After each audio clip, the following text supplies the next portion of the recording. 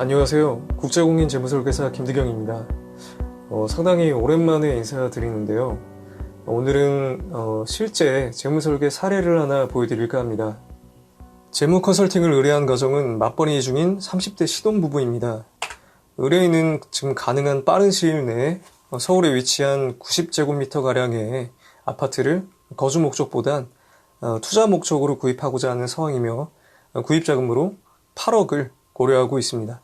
또한 내년 5월에 자녀 출산 예정으로 800만 원의 출산 관련 자금을 예상하고 있는 상황입니다. 추가로 은퇴 이후엔 월 500만 원의 생활비를 원하고 있는 상황으로서 지금 실행하고자 하는 플랜이 실제 가능한지, 문제점은 없는지 자산부채 상태표와 현금 흐름표, 그리고 향후 현금 흐름을 통해 확인해 보겠습니다. 자산부채 상태표입니다. 지금 총 자산은 3억 6,600여만 원입니다. 이 중 부채가 1억 8천으로 순자산은 현재 1억 8,600여만 원입니다. 보유한 부채는 지금 전세대출입니다. 그런데 금리가 지금 상당히 높은 5.5%로서 저금리로 대안이 시급한 그런 상황입니다.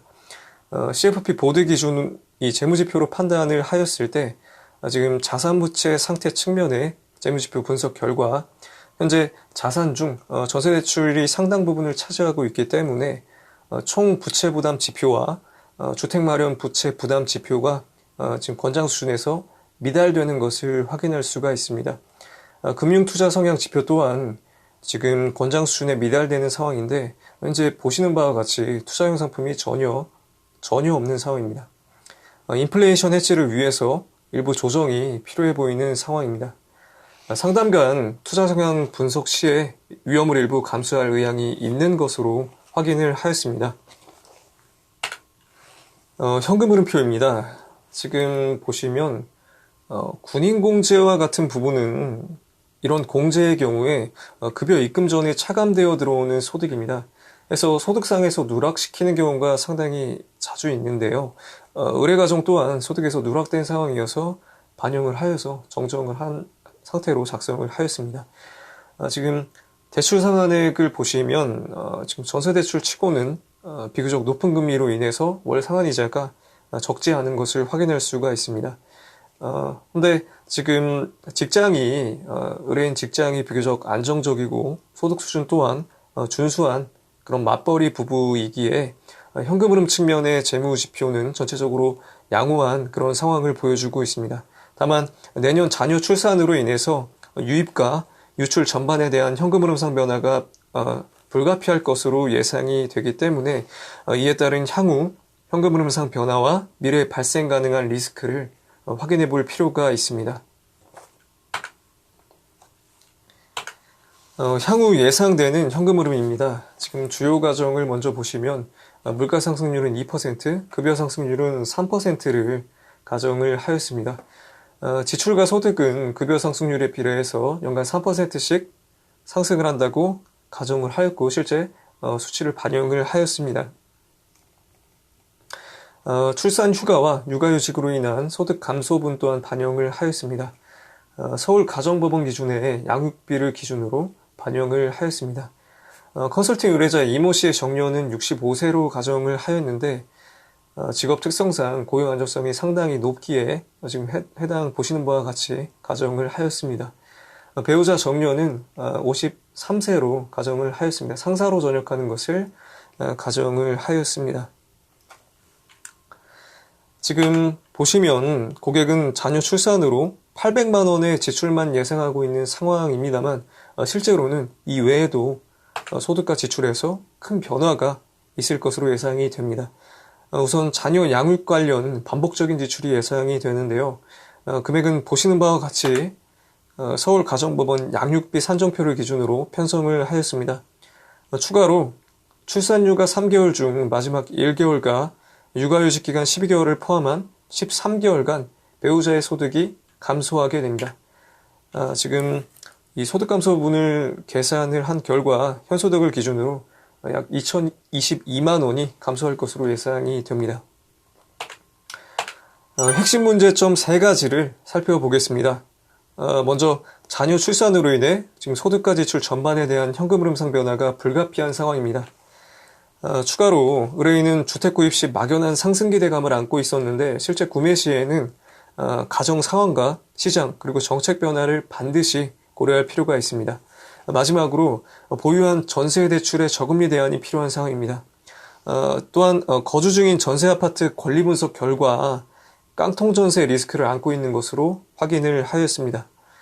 이런 경우 경매에 넘어가는 경우에 전세 자금을 전액 회수하는 것이 어려워지기도 하는 그런 리스크가 있습니다. 현재 가장 큰 재무 관심사인 이 투자 목적의 주택 구입 시기 또한 현재 서울의 LTV 기준으로 판단했을 때 적어도 10년 이후에나 가능한 것을 시뮬레이션을 통해 확인할 수가 있습니다. 그러나 몇 가지 지출 관련한 조정이 있다면 이 기간이 크게 단축될 것으로 예상이 됩니다. 솔루션 방향입니다. 첫 번째로 현금 흐름 변화를 고려한 적절한 유동성 확보와 더불어 향후 발생하는 여유 자금으로 대출 일부를 상환을 한 것을 반영을 하였습니다. 추가로 주택 구매 시 시장 그리고 정책 변화를 고려하고 실제 구매 시점에는 부동산 전문가와 별도로 컨택하기로 하였습니다. 마지막으로 보유한 전세 대출을 저금리로 대환을 하고 전세보증금 보호를 위해 주택보증공사에 전세보증금 반환보증을 가입하였습니다. 등기부 등본 권리분석 결과 현재 거주 중인 전세가 경매로 넘어갈 시에 전세보증금의 절반가량을 못 받을 가능성이 존재한 것으로 확인을 하였습니다. 해서 해당 솔루션을 제시를 하였습니다. 추가로 상담 시 협의된 지출감소분 몇 가지를 적용하는 경우에 이 8억 원의 주택 구입은 10년에서 7년 수준으로 단축 가능한 것을 이렇게 확인할 수가 있습니다. LTV는 40%를 가정을 하였고요. 자산은 모두 포함한다고 가정을 하였습니다. 내용을 구체적으로 살펴보면 다음과 같습니다. 의뢰인과 상담 시 협의된 지출감소분 65만 원을 적용을 하여서 생활비 지출은 449만 원에서 384만 원으로 감소한다라고 반영을 하였습니다. 지금 현재 1억 8천에 대한 5.5%의 전세 대출을 저금리로 대환하여 반영을 하였습니다. 그래서 월상환 이자는 보신 바와 같이 82만 5천 원 수준에서 41만 원 수준으로 감소합니다. 예적금, 비상자금, 그리고 주택청을 포함한 중단기 현금은 지금 5에서 6천만 원 수준을 유지한 상태에서 육아휴직이 끝난 시점부터는 연간 2천만 원씩 대출 규모를 줄이는 계획을 세우고 반영을 하였습니다. 지금 보시면은 대출 상한에 따른 담보대출 규모가 감소하는 것을 확인할 수가 있습니다. 조정 후의 현금 흐름을 시뮬레이션으로 보시면 다음과 같습니다. 지금 대출, 순자산, 중단기 자산, 장기 자산의 변화된 값이 보이는데요. 순자산 기준으로 조정 전보다 34% 상승한 그런 수치입니다. 추가로 고객은 은퇴 시의 현재 가치로 500만 원의 월 생활비를 원하는 상황입니다. 가능한지 한번 살펴보겠습니다. 사망 시점은 의뢰인 기준 90세로 가정을 하였습니다. 배우자의 은퇴 시기는 53세이나 군인연금으로 기존 생활 수준이 유지가 가능한 것으로 예상을 하였고 고용 안정성 높은 의뢰인 직업 특성을 고려해서 은퇴 시기는 65세를 기준으로 계산을 하였습니다. 지금 국민연금 같은 경우에 지금 최고소득 구간 486만 원을 가정을 하여서 65세까지 납입한다라고 가정을 하였고요. 이렇게 납입 시 월 156만 원 수준이 현재 물가 기준으로 달성 가능한 것으로 확인을 하였습니다. 배우자 군인연금은 상사 기준으로 월 180만 원의 지급을 받을 것으로 예상을 하였습니다. 퇴직금은 지금 월 소득의 세전 소득인 650만 원을 가정하여 계산을 한 값인데 2억 6천여만 원이 달성 가능할 것으로 예상을 하였습니다. 개인연금 같은 경우에 현재 해당 상품의 수익률을 고려해서 계산한 결과 약 3억 5천여만 원이 지금 달성 가능한 것으로 예상을 하였습니다. 그래서 계산을 하면 현재 물가 기준으로 월 473만 원이 준비 가능할 것으로 예상이 됩니다. 자세한 산출 근거는 보신 바와 같습니다. 지금 국민연금 156만 원, 배우자 군인연금 180만 원을 지금 해당 자산 같은 경우에 물가 상승률 반영이 되는 자산입니다. 해서 월 500만 원에서 바로 차감을 해서 164만 원이 계산이 되는데 이 금액을 연기적으로 환산을 해주고 여기에 차감해주게 되면 최종적으로 월 준비 가능 금액으로 473만 원이 준비가 가능한 것으로 예상을 할 수 있습니다. 현재 부족한 자금은 사실 보유한 개인연금에서 약간의 수익률 조정만으로도 채울 수 있는 부분입니다. 그래서 차기 상담 시에 사업비, 수수료, 그리고 수익률 조정을 위한 솔루션과 투자 포트폴리오를 조율하기로 하였습니다. 지금 주택 구입을 위한 자금이 모이는 시점은 앞서 향후 현금 흐름을 통해 확인을 했습니다. 허나 상담 과정에서 의뢰인은 부동산의 막연한 상승을 기대하는 모습을 보였는데요. 이는 상당한 리스크를 떠안게 됩니다. 그래서 반드시 고려해야 할 두 가지를 살펴봤습니다. 바로 시장 상황과 정부 정책인데요. 현재 정부는 경기 부양을 위해 확장적 정책을 사용하고 있습니다. 통화 정책을 살펴보면 시중에 도는 돈의 양을 늘리고 금리 인하로 대출 부담은 낮추면서 소비, 투자 심리를 자극하고 있는 그런 상황입니다. 통상 금리 인하는 이 대출 심리를 자극하고 이자 상환에 대한 부담을 낮춰주기 때문에 부동산 시장에 긍정적인 것이 일반적입니다만 현 상황에서도 동일하게 작용할지 몇 가지 자료를 통해 확인해 볼 필요가 있습니다. 한국감정원의 통계 자료인데요. 지금 주택담보대출 금리와 아파트 매매 가격 지수를 비교해 보면 금리와 주택가격은 음의 상관관계, 통상 반대로 움직이는 모습을 확인할 수 있습니다. 그런데 최근 2019년의 모습은 금리 하락에도 불구하고 가계대출 이 규제에 대한 강화 기조로 인해서 지금 보합 수준을 나타내고 있습니다. 지금 상당히 영향을 받고 있다라고 보여지는데요.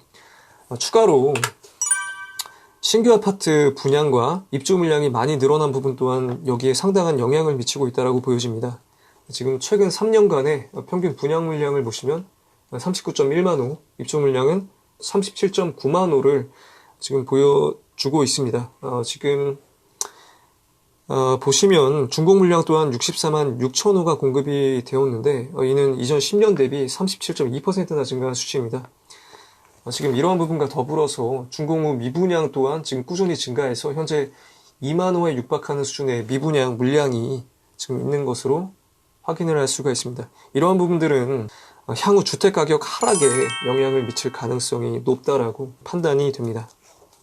현재 정부는 부동산 시장, 특히 주택시장의 안정화를 위해서 가계대출을 억제하기 위한 각종 규제를 끊임없이 쏟아내고 있습니다. 지금 정부의 2019년 예산안을 확인해 보면 현재 정부는 복지, 그리고 일자리 관련 예산에 23.5조, 그리고 R&D 예산에 20조, 생활 SOC 부분, 도서관이나 체육시설, 안전시설 같은 부분에 예산을 상당히 집중하는 모습을 보여주고 있습니다.